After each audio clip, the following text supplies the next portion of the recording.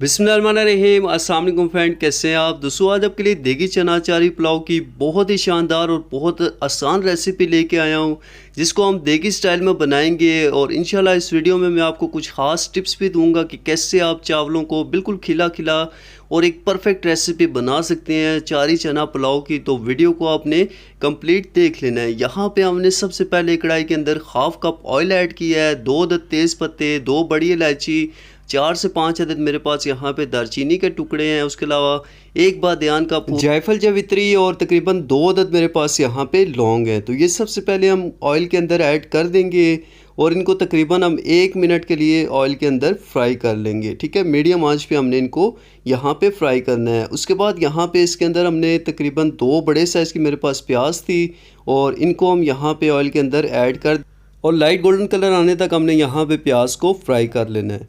उसके बाद यहाँ पे इसमें हम 1 टीस्पून लहसुन का पेस्ट ऐड कर देंगे और 1 टीस्पून अदरक का पेस्ट ऐड कर देंगे। आप इसमें फ्रेश लहसुन और अदरक भी ऐड कर सकते हैं। ठीक है, और यहाँ पे इनको तकरीबन 1 मिनट के लिए हम यहाँ पे इनको फ्राई कर देंगे। उसके बाद यहाँ पे मेरे पास ये टमाटर का पेस्ट है। ठीक है, टाइम सेविंग के लिए हम टमाटर का पेस्ट बना के उसको फ्रीज़ कर देते हैं और रेसिपी में यूज़ कर लेते हैं। ठीक है, तो यहाँ पे इसलिए इसके अंदर अभी बर्फ़ मौजूद है। तो यहाँ पे आप देख सकते हैं कि इनका पानी ड्राई हो चुका है। तकरीबन 1/4 टीस्पून काली मिर्च ऐड कर देंगे, 2 बड़ी हम इसके अंदर गोल वाली साबुत मिर्चें ऐड करेंगे। उसके बाद 1 टीस्पून हम इसके अंदर ज़ीरा ऐड कर देंगे, 1 टीस्पून ही हम इसके अंदर साबुत धनिया ऐड करेंगे।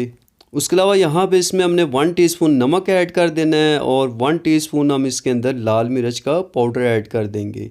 ये तमाम मसाले ऐड करने के बाद यहाँ पे हमने मसाले को तकरीबन 4 से 5 मिनट के लिए अच्छे से फ्राई करना है, जब तक कि ऑयल सेपरेट नहीं हो जाता। ठीक है, तो यहाँ पे हम इसको फ्राई कर लेंगे। ऑयल देख सकते हैं ऊपर आ चुका है। अब इस स्टेज पे आके हमने इसके अंदर 1 टेबलस्पून के करीब अचार ऐड कर देना है। ठीक है, और इसको भी हम यहाँ पे 1 मिनट के लिए कुक कर लेंगे मसाले के अंदर। और उसके बाद हमने यहाँ पे इसके अंदर चने ऐड कर देने हैं 250 ग्राम, यानी 1 पाव मेरे पास यहाँ पे चने थे जिनको अच्छे से बॉयल कर लिया था। और इनको भी यहाँ पे हम 2 से 3 मिनट के लिए इस मसाले के अंदर फ्राई कर देंगे। उसके बाद यहाँ पे इसके अंदर हमने 3 गिलास पानी ऐड तो 2 गिलास चावल थे मेरे पास। ठीक है, और इसमें हमने 3 गिलास पानी ऐड कर दिया और यहाँ पे इसको हम कवर कर देंगे जब तक कि इसमें अच्छे से बॉयल नहीं आ जाता। तो यहाँ पे इसमें बॉयल आ चुका है। अब इसके अंदर हमने यहाँ पे चावल ऐड कर देने हैं। ये मेरे पास सिला राइस थे जिनको तकरीबन 2 घंटे के लिए भिगो के रख दिया था। इसी वजह से मैंने यहाँ पे चावलों में पानी भी जो है वो कम ऐड किया है, क्योंकि ये काफ़ी सॉफ्ट हो चुके थे।